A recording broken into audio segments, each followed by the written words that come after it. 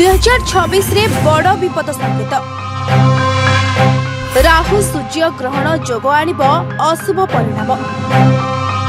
कर्कट कन्या और मीन राशि रुहंतु सतर्क।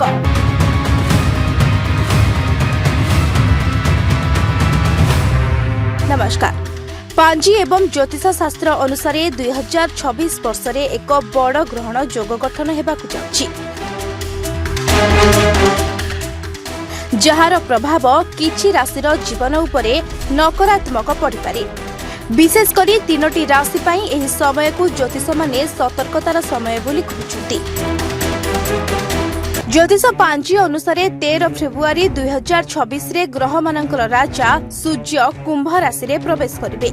सेही समय रे राहु पूर्वरु कुंभ राशि रे उपस्थित थिबारु सूर्य और राहुଙ୍କ मध्यरे एक ग्रहण जोग गठित हेबो।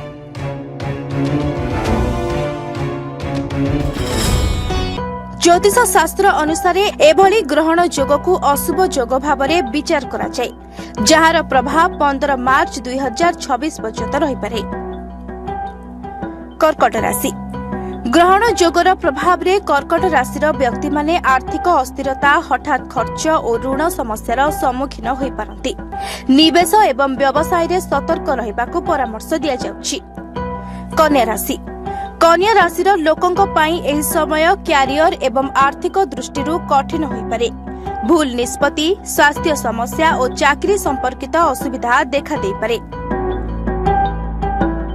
मीन राशि पई एही ग्रहण जोग धन हानि, कार्य क्षेत्र रे विलंब और मानसिक चाप आनी पारे। नुआ प्रकल्प आरंभरू विरत रहिबाकू ज्योतिष माने सुपारिश करूछंती। तेबे ज्योतिष मानक कहिबा अनुसार एही समय रे बड़ निष्पत्ति, नुआ निवेश और अनावश्यक खर्चरू दूरेई रहिबा सुरक्षा पई उपयुक्त हेबो। सेहिपरि जदि आपणक राशि कर्कट, कन्या किंबा मीन, तेबे 2026 रे एही समय रे सतर्क रहिबाकू ज्योतिष माने परामर्श दैछंती। ब्यूरो रिपोर्ट, तदंत न्यूज।